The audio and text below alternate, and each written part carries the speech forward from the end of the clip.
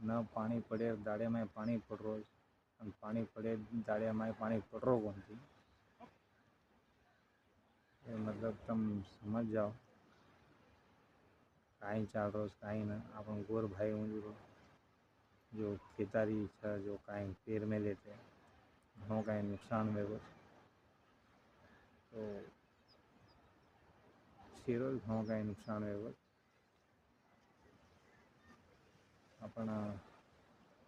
श्री वेताणी एक प्रार्थना करनु करन विनंती है मार अपना भाया थी कि भाया हाई वेरो तुच्छी मालिक करता ने दो हाथ जोड़ता ने अपन सेवे राम राम करनु ये आशा रच अपन बाकी मालिक छे उपरे रो देखलस से काई वेरोज काई न वेरोज जो वेरोज वही आचे सारू वेरोज जो वेवाड़ो छे वही आचे सारू वेवाड़ो तो धैर्य मत हारो